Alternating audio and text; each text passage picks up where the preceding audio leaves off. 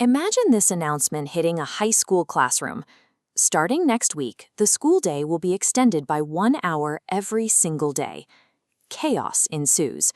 What follows is a completely unstructured argument. You have students shouting out raw emotional complaints, while others try to debate bus schedules and homework loads. The two sides are speaking entirely different languages. The core issue here is one-sided thinking. When everyone argues from their immediate, rigid perspective, you don't get a constructive decision-making process. You just get noise. To solve this specific type of gridlock, a physician and psychologist named Edward de Bono created a technique in 1999 called the 6 thinking hats.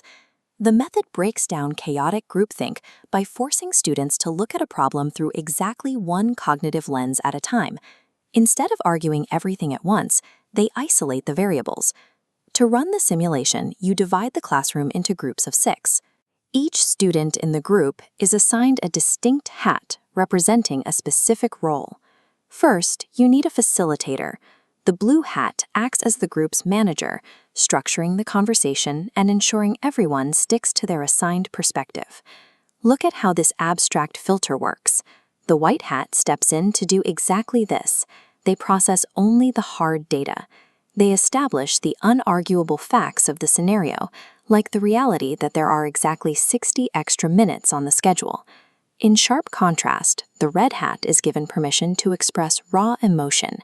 If a student feels angry or exhausted by the idea of an extra hour, they state it here, and they don't have to justify those feelings with logic. By intentionally decoupling the objective numbers from these subjective feelings, the group immediately de-escalates. The facts are on the table, the frustrations are validated, and the argument loses its heat. Next comes the black hat. Their sole job is to play devil's advocate. They look strictly at the negative risks and logistical flaws, pointing out that an extra hour cuts into extracurriculars or part-time jobs. To counter that pessimism, the yellow hat is forced to look only at the upside. They have to identify the positive benefits, like the potential for improved test scores or extra time for tutoring. Notice how this diagram bypasses that friction. The green hat steps in to break the deadlock between risk and optimism. Their task is to brainstorm an entirely new pathway outward, generating novel solutions that haven't been discussed yet.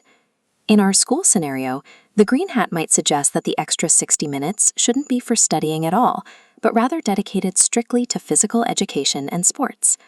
The technique doesn't try to eliminate conflict. Instead, it uses the structured tension between caution, optimism, and creativity to forge an actionable compromise. Implementing this in a real classroom comes with a practical hurdle: mindset bleeding. Students naturally struggle to stay confined to their assigned cognitive character. You will often see a student wearing the factual white hat suddenly slip up and inject their own emotional opinion about how unfair the extra hour is. Educators counter this by deeply explaining the color definitions beforehand and by placing permanent visual cues of the hats on the whiteboard as a constant anchor during the discussion. The facilitator has to vigorously enforce these boundaries. Keeping the thought experiment compartmentalized is the only way the method actually works. The blue hat manager takes these isolated data points, emotions, and ideas and weaves them into a cohesive conclusion. Through this process, the group arrives at a creative compromise. They agree to the extended day, provided it's used for physical education. Compare that result to the shouting match we saw at the beginning. By organizing the way they argued, they actually solved the problem. The 6 thinking hats functions as a template for mental discipline. It replaces the instinct to win an argument with a requirement to exhaust every specific lens, from data to emotion, before reaching a conclusion.